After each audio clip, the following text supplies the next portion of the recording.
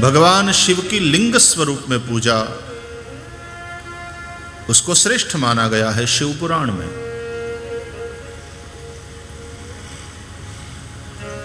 शिवलिंग, उसमें पुरुष प्रकृति दोनों का मिलन है। हमारे यहां जो शिवालय बनाया जाता है तो उसमें गर्भगृह में वेदिका पहले से स्थापित करी जाती है और प्रतिष्ठा विधि में शिवलिंग को शिखर के ऊपर से वहां जगह रखी जाती है, वहां से अवतरित किया जाता है, उतारा जाता है और फिर वेदिका में स्थापित किया जाता है।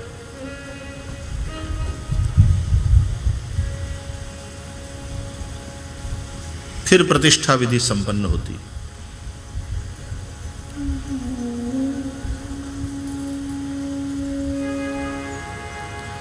तो पुण्यशाળી સુકૃત કરનારા એટલે હારા કામ કરનારા, પુણ્ય કર્મ કરનારાઓના જીવનમાં જે લક્ષ્મી બની અને રહે છે, અને જેને ત્યાં લક્ષ્મી છે ને એ જ શ્રીમંત, બાકી તો બધા ધનવાન પૈસાવાળા। અને શ્રી કોને કહેવાય? જે વિષ્ણુને વરે, જેની લક્ષ્મી ભગવત કાર્યમાં વપરાય અને હાચે માર્ગે આવ્યું હોય ને એ જ હારે માર્ગે જાય। ખોટે રસ્તે આવ્યું હોય તો એ ખોટે માર્ગે જ ખર્ચાવાનું, ખોટા કામ જ કરાવે, તો એ જ અલક્ષ્મી કહેવાય। અલક્ષ્મી હિ પાપાત્મનામ કૃતધિયામ હૃદયેષુ બુદ્ધિ શ્રદ્ધા સતામ કુલજન પ્રભવસ્ય લજ્જામ તામ ત્વામ નતાસ્મ। દેવતાઓ કહે છે, हे मां, हम तुमको प्रणाम करते। विश्वम परिपालय, भगवती इस विश्व की रक्षा करो मां। आहा, देवी भागवत क्या मार्कंडेय पुराण अंतर्गत सप्तशती, એ 700 શ્લોકો વાળી છે, એટલા માટે સપ્તશતી। ચંડીપાઠ કરાવે ને, ગીતા પણ સપ્તશતી છે, ભગવદ્ ગીતા 700 શ્લોકો છે, જેને તમે ચંડીપાઠ કહો છો એ સપ્તશતી 700 શ્લોકો છે। પ્રથમ ચરિત્ર, મધ્યમ ચરિત્ર, ઉત્તર ચરિત્ર, 3 ચરિત્રો છે અને મહાકાલી, મહાલક્ષ્મી, મહાસરસ્વતી પ્રીત્યર્થે એનો પાઠ થતો હોય છે। અને આ શક્તિના 3 સ્વરૂપો મહાકાલી, મહાલક્ષ્મી અને મહાસરસ્વતી, એનો અર્થ દ્રવ્ય શક્તિ, ક્રિયા શક્તિ, દ્રવ્ય શક્તિ અને જ્ઞાન શક્તિ। મહાકાલી ક્રિયા શક્તિનું રૂપ, મહાલક્ષ્મી દ્રવ્ય શક્તિનું રૂપ અને મહાસરસ્વતી એ જ્ઞાન શક્તિનું રૂપ। આ 3 શક્તિ છે। 3 શક્તિ છે એમ કેવું ખોટું છે। શક્તિના આ 3 સ્વરૂપો છે। શક્તિ એક જ, શક્તિના આ 3 સ્વરૂપો છે, મહાકાલી, મહાલક્ષ્મી, મહાસરસ્વતી। ક્રિયા શક્તિ, દ્રવ્ય શક્તિ, જ્ઞાન શક્તિ। આ શરીર છે ને એ શક્તિ પરાંબા ભગવતીનું રૂપ છે, ये द्रव्य शक्ति। या तो मैं भोजन करने बैठता हूं तो जो अन्न है वो शक्ति का रूप है, परांबा भगवती द्रव्य शक्ति।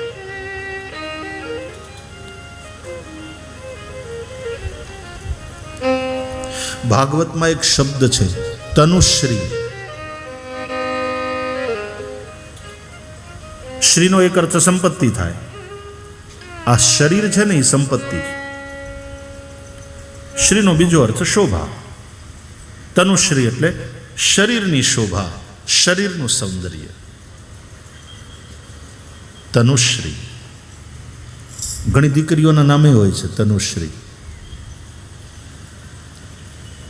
જયશ્રી, તનુશ્રી,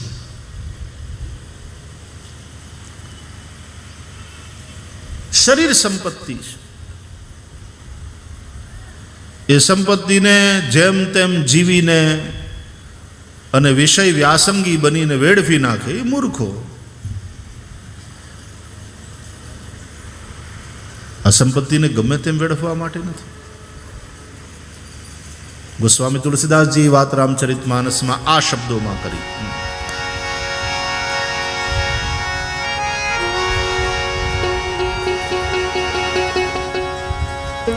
બડે ભાગ માનુષ તન પાવા, બડે ભાગ માનુષ તન પાવા, સુર દુર્લભ સબ ગ્રંથ નિગાવા, સુર દુર્લભ સબ ગ્રંથ નિગાવા, એહી તન કર ફલ વિષય ન ભાઈ,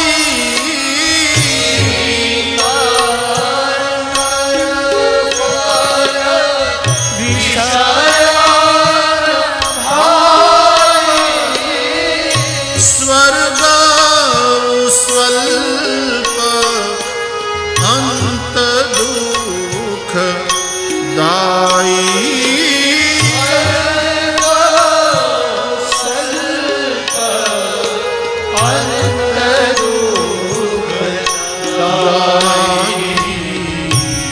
એહી તન કર ફલ વિષય ન ભાઈ,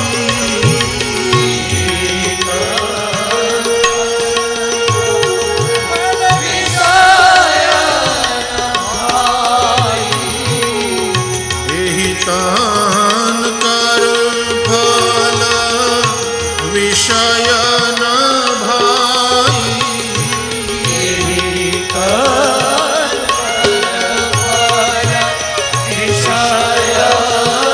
ભાઈ, સ્વર્ગ સ્વલ્પ અંત દુઃખદાયી,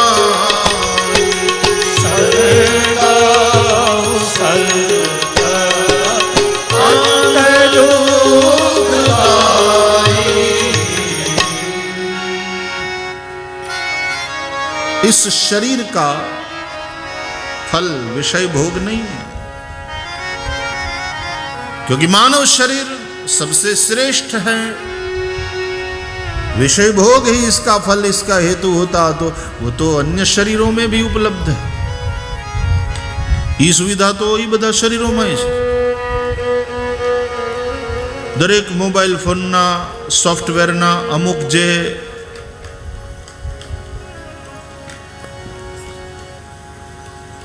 પેલા હોય ને એ ખરખા જ હોય. દરેકમાં ફોન બુક આવે, કોન્ટેક્ટ એના માટેની બુક આવે, પછી કરવા માટે લીલું બટન જ દબાવવાનું હોય, બંધ કરવું હોય તો લાલ બટન જ દબાવવાનું હોય. અમુક અમુક વસ્તુ કોમન હોય ને, એમ દરેક શરીરમાં અમુક વસ્તુ કોમન છે. વિષય ભોગ માટેની વાત બધા શરીરોમાં કોમન છે, તો બીજા શરીરોમાં છે. વિષય ભોગમાં જે સુખ મનુષ્યને મળે છે એ જ કૂતરા બલાડાને મળે, એમાં કંઈ ફેર નથી. પણ ભજન માટેનો જે આનંદ છે એ બીજી યોનિઓમાં નથી.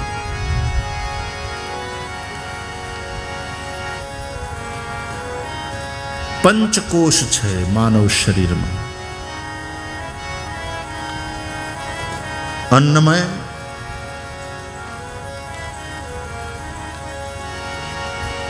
प्राणमय, मनोमय, विज्ञानमय और आनंदमय कोश, पंचकोश. અન્નમય કોષ છે એને કારણે આપણું ફિઝિકલ એક્ઝિસ્ટન્સ છે, ભૌતિક અસ્તિત્વ છે. આ શરીર અન્નથી બનેલું છે અને એટલા માટે જ ઉપનિષદો કહે છે અન્નમ બ્રહ્મેતિ વ્યજાનાત અન્નેનૈવ ઈમાની ભૂતાની જાયન્તે અન્નેનૈવ જાતાની જીવંતી. અન્નમ પ્રયંત્યભિસંવિશન્તિ અન્નમ બ્રહ્મ અન્નમ બ્રહ્મેતિ વ્યજાનાત अन्नम न निंद्यात एतद् व्रतम. शु सुंदर शब्द.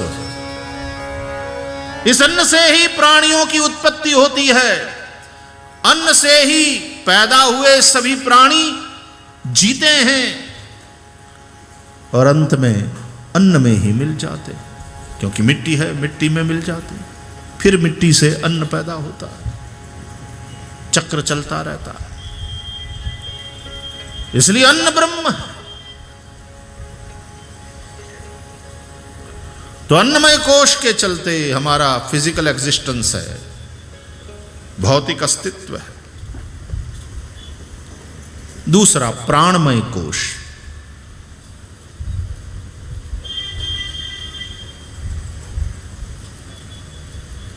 उसमें प्राण है. इसका भी फिजिकल एग्जिस्टेंस है, इसमें प्राण नहीं है.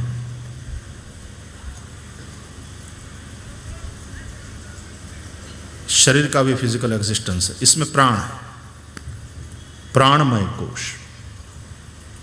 जो भी सजीव हैं प्राणमय कोश से युक्त. तीसरा मनोमय कोश. इसलिए सुख दुख का अनुभव होता है. वनस्पति में भी प्राण है, ऐसा इस देश के वैज्ञानिक ने सिद्ध किया. जगदीश चंद्र बोस.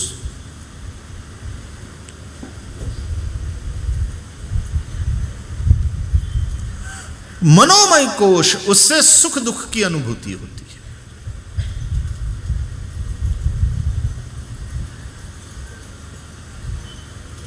ये 3 कोश है, लेकिन फिर चौथा कोश है. अन्य सब प्राणियों में ज्यादा से ज्यादा ये 3 है. मनुष्य शरीर की विशेषता क्यों है कि साधारण फोन नहीं है, स्मार्टफोन है. ये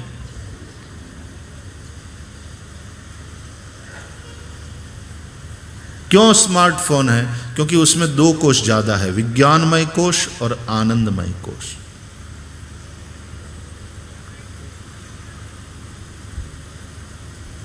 स्मार्टफोन में बहुत सारे फीचर्स होते हैं, પછી બધાને બધા વાપરતા ન આવડે ને હાથમાં સ્માર્ટફોન.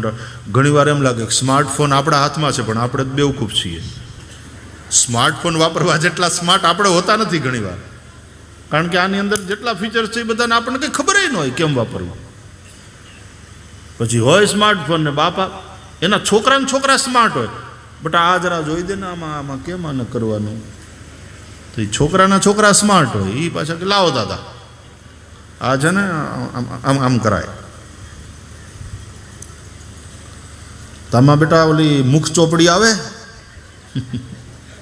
ફેસબુક કે આવે ને બાપા તમારે આવવું છે ફેસબુક ઉપર, કરી દઉં. ના સોશિયલ સાઇટ હોય ને ફેસબુક ઉપર હોય તો પછી આમ એમાં કોકને બધાને મોઢા જોયા વગર રામ રામ થાય ને.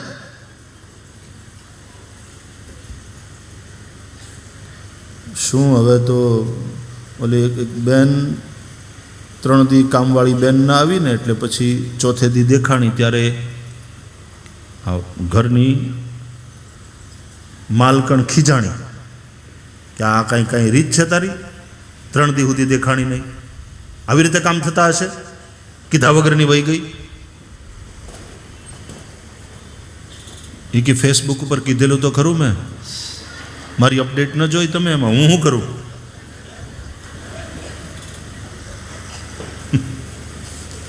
બોલો એ તે ફેસબુક ઉપર હવે એને અપડેટ કરીને પોતાનું સ્ટેટસ જણાવ્યા કરે. ઇન રામેશ્વર.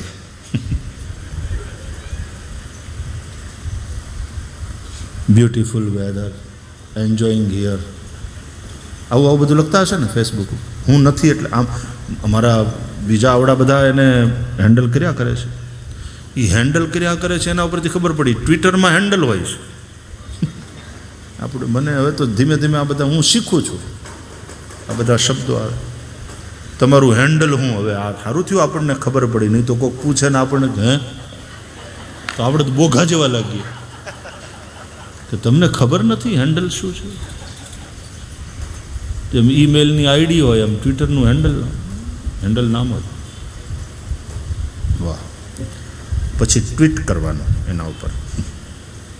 આ ટ્વિટર ઓલું પંક્ષી છે ને એ જે આમ એનો કલરવ હોય ને ટ્વિટર,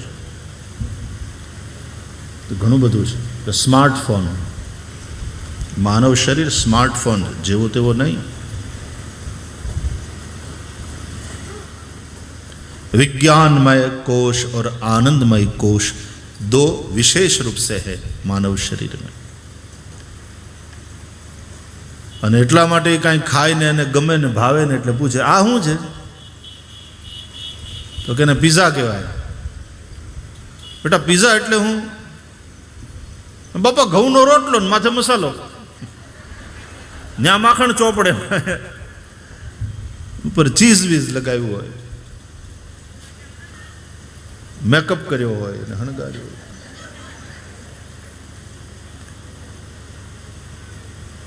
કેમ બહેનો નથી લગાડીને આવતી? ઓલું ઘણે ઠેકાણે રાતના તમે જાઓ ને અચાનક ને જો એ પછી મળી જાય તો આપણને બીક લાગે, ભાઈ બાપા આવું થયું. ત્યાં ખબર ઓ આ તો એમના ઘરવાળા છે, ઓલું ચોપડીને બેઠા છે. હું ફેશિયલ, હા શું કે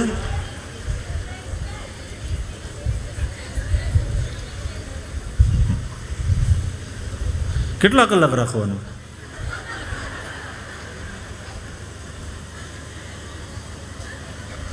એનાથી ફેસ ગ્લો થાય, એમ કે ચમકે.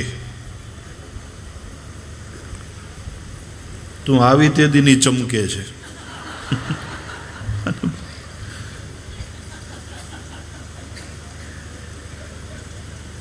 એક બેન બ્રાહ્મણ પાસે ગઈ અને કે મહારાજ મારા પતિના લાંબા આયુષ્ય માટે હું કયું વ્રત રાખું? તો કે મૌન વ્રત.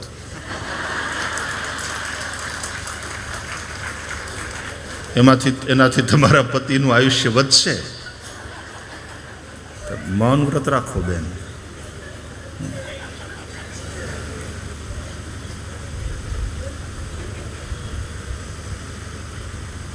તો એને ખબર છે કે આ પીઝા છે એ કેવી રીતે બને, એની રેસીપી જાણે. વિજ્ઞાનમય કોષ અને પાંચમો આનંદમય કોષ. બીજા બધા પ્રાણીઓની પાસે સુખ દુઃખની અનુભૂતિ છે, પણ બ્રહ્માનંદ એ કોઈની પાસે નથી. ભજનાનંદ એ કોઈની પાસે. કૂતરો આવે ને, કૂતરો અહીંયા કથામાં અને બેસી જાય, આપણે બેહવા નથી દેતા એને. બાકી મારે તો પહેલી વહેલી કથા જ કૂતરાએ સાંભળેલી અને એની સદગતિ મેં ઘણીવાર આ મારી પહેલી વહેલી કથાનો અનુભવ કયો છે. બડા અદ્ભુત થા. અને જે રીતે એ કૂતરાના શરીરમાં જે જીવ હોય એની જે રીતે સદગતિ થઈ, એટલી શ્રદ્ધા દ્રઢ થઈ ગઈ પહેલી કથાથી કે આ કથા ભાગવતી કથા ખરેખર જે રીતે જીવને મુક્ત કરે. આપણે હાવ નિરાતવા છીએ. અહીંયા કહી દઉં તમને બધાને ઘણા ન ખબર હોય કથા તો હાલો પાછી માંડું. મારી ઉંમર હશે લગભગ 18 વર્ષની. એ પહેલાં આમ સ્વતંત્ર રીતે આખી ભાગવત કરી નહોતી. કાકાની સાથે જતો ને વચ્ચે વચ્ચે કલાક 1.5 કલાક વ્યાસપીઠ ઉપર બેસતો. પછી મારા નાનીમાં અને બધા બહેનો મળીને કૃષ્ણ ભજન મહિલા ભજન મંડળ ચલાવે. હવે એ બધી બહેનોને એકવાર ભાગવત સપ્તાહ બેહાડવાનું મન થયું. અને અમારે મામાને ત્યાં જ્યારે ભાગવત સપ્તાહ હતી ને, એટલે અમારા જ્ઞાતિના અને અમારા કુલગોર એ કથા વાંચતા હતા, દુર્લભજી બાપા, અને હું પાઠમાં બેઠેલો. અને ભાણેજ એટલે 100 બ્રાહ્મણ બરાબર કહેવાય એવું આપણે ત્યાં માને. એટલે મને પાઠમાં બેસાડ્યો હતો, હું પાઠ કરતો હતો, હું પાઠશાળામાં ભણેલો ને એટલે.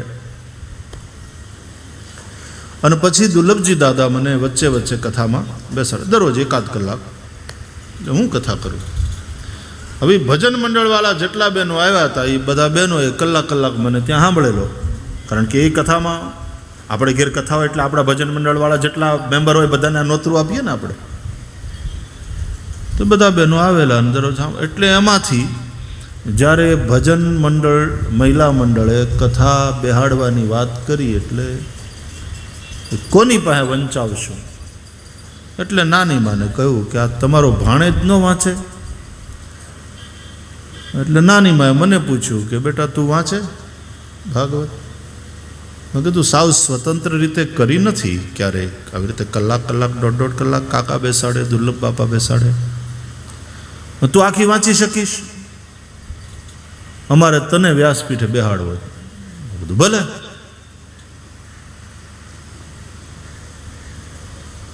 આવેલી તકને કોઈ દી ખોવાની નહીં.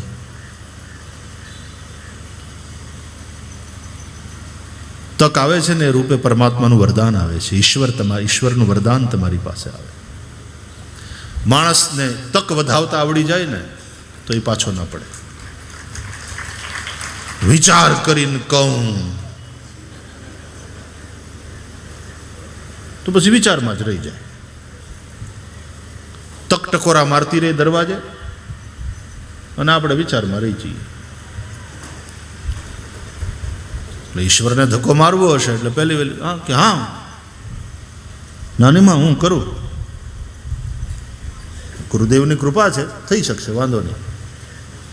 અને પહેલી વહેલી ભાગવત કથા માટે વ્યાસ રૂપે કંકોત્રીમાં નામ આવ્યું રમેશભાઈ વ્રજલાલ ઓઝા દેવકાવાળા. આવું પાછું ત્યારે પાછું એવું લખતા ક્યાં ગામના દેવકાવાળા. આવું ઘણા વર્ષો સુધી કંકોત્રીમાં આવેલું હતું મારે દેવકાવાળા. પછી મુંબઈમાં ચિંચપોકલી છે ને પરુ, એ વિસ્તારમાં કથા. કચ્છી લુવાણા વાડી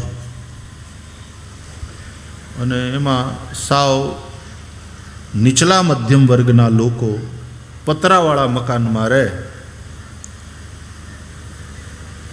ત્યાં સામે એક નાનકડું શિવાલય અને વચ્ચે અબડું ફળિયું. આ સ્ટેજને આ બાજુનો ભાગ, આ બાજુનો ભાગ, અબડું ફળિયું. એમાં બાંધ્યો માંડવો. સ્ટેજ બેજ કાંઈ નહીં, સીધી પરબારી, હેઠે બધું પાથરીને વ્યાસપીઠેની માથે એમાં જતું ને 4 પાયાવાળી, પછી 4 પાયા પાછું એટલે કેળના સ્તંભ બાંધે, પછી ઉપર પાછો ચાકડો નાખે, ગાટલો મૂકે, વાહે ગાદી મૂકે. જેનો ઉપયોગ થવાનો ન હોય પણ મૂકવી પડે. જો આઘું જ રહે થોડું, પછી તો બહુ થાકીએ તો વળી આમ લોકોને એમ થાય કે એવડો મોટો તકિયો છે, જલસા છે. ઓડે ક્યાં વાહો પણ.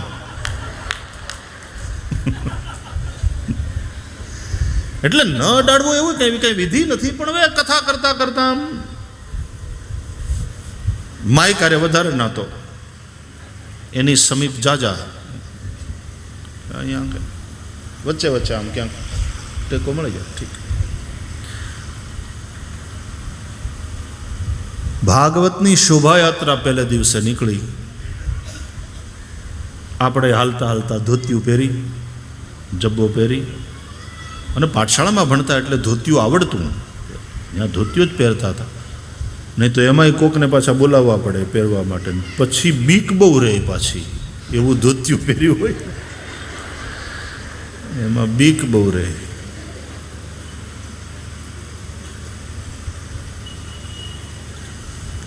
હરખું આવડતું હતું, પાઠશાળામાં શીખવાડેલું ને એટલે. સાંદીપની ના જો નનકુડા પહેલું વર્ષ ખાલી લાગે, બીજે વર્ષે પછી તમે એને ધોત્ય લટકાઈ જાઓ, એ આંટી ન છૂટે.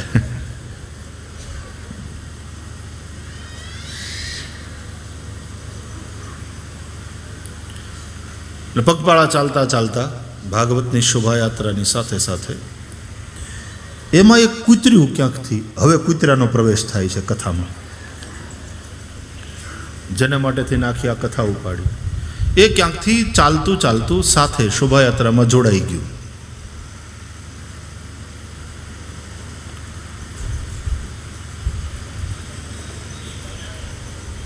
ભસતા કૂતરાય પછી ઘણીવાર શોભાયાત્રામાં જોડાઈ જાય. બને તમે બસ ભગવાનને માથે રાખીને હાલ્યા કરો તો જે ભસતા હોય શરૂઆતમાં એ પછી સાથે જોડાઈ જાય. આપણે કોઈના પ્રત્યે દુર્ભાવના નહીં રાખવાની. બાકી ભસતા હોય ને હડ હડ કરીને એની વાહે હડિયું કાઢવામાં રહીએ ને તો શોભાયાત્રા એક કોર રહે અને આપણે આપણા લક્ષ્ય ઉપર ન પહોંચીએ. એટલે આપણે આપણા લક્ષ્ય સુધી પહોંચવા ધ્યાન રાખવાનું. એ ભસતા હોય તો આમ જરા કરીએ નહીં સામે ને આપણે ચાલુ જ રહેવાનું. શેરી વળાવી સજ કરું ઘરે આવું.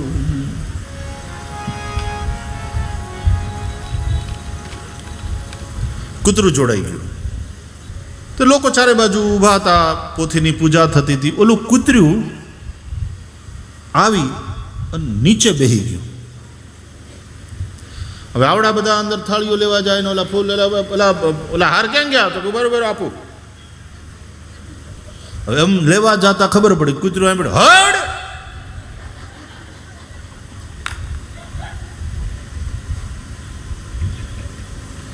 બે ત્રણ વાર હડ હડ કર્યું પણ કૂતરું નીકળ્યું નહીં. પહેલી કથાની ઘટેલી ઘટના કહું છું. પછી કંઈક એક જણે કંઈક લાકડી લઈને વળી, કારણ કે કાર્યમ સાધયામી વાદેહમ પાતયામી વાળી વાત હોય, ગમે એમ કરીને કાઢવું. તો એકાદ બે લાકડીઓ મારી પણ કૂતરું ના હટ્યું ત્યાંથી. એ રોતું રહ્યું, ભસતું રહ્યું, ચીહું નાખતું રહ્યું, પણ અવાજ કરતું રહ્યું, ત્યાંથી ઉઠ્યું નહીં. પછી બહુ થયું ને કોક વળી આમ ટાંટીઓ પકડીને ખેંચો તો હાવ હાવ કરીને એને એમ કરડવાની છોડી દીધું. પછી બધા ભાઈ જો ભસતું ન હોય ને શાંત બેઠું હોય તો રહેવા દો. એ બેઠું રહ્યું. પૂજા આગળ ચાલી, પોથીની પૂજા થઈ ગઈ, વ્યાસ પૂજન થઈ ગયું, આરતી થઈ ગઈ, મંગલાચરણ થયું, કથા શરૂ થઈ. કૂતરું શાંત બેઠું હતું. બધા ભૂલી ગયા કૂતરાને. 2 સત્રમાં કથા બપોરના પૂરી થઈને લોકો વિખરાણા એટલે કૂતરું ઊભું થઈને ક્યાંક વયું ગયું.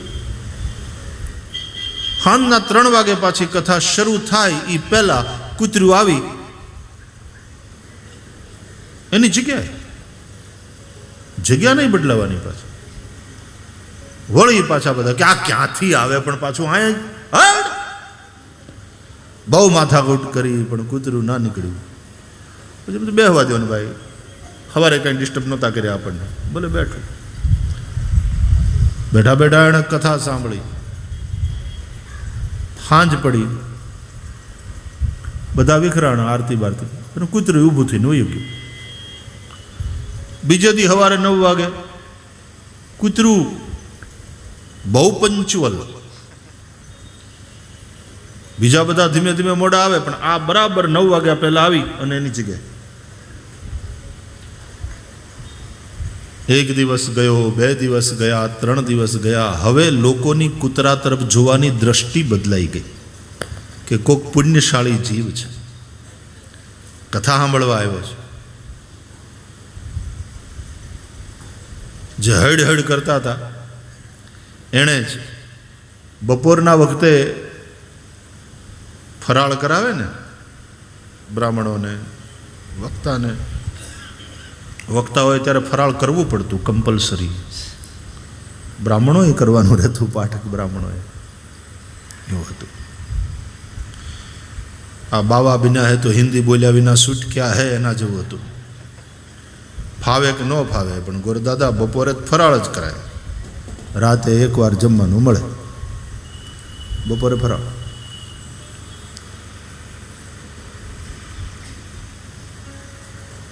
તો કૂતરાને તો ઓફર કરે કે ભાઈ આ કોઈ પુણ્યશાળી જીવ છે, હાલો બપોરે એને ક્યાંક નીરો, તો કૂતરું ખાય નહીં, ન ખાય. એમ નકોરડા ઉપવાસ કરીને કૂતરાએ કથા સાંભળી. પછી તો જેવી કથા શરૂ થવાની હોય એટલે આ બધા કૂતરાને રસ્તો આપે, બધાને ખબર કે હમણાં આવીને એની જગ્યાએ બેસે, ત્યાં નીચે બેસી જાય. અને 4-5 દિવસ પછી તો હું પહેલાં ખાતરી કરી લઉં કે આવી ગયું ને તો શરૂ કરું, કારણ કે મારો પ્રધાન શ્રોતા એ કૂતર્યું હતું.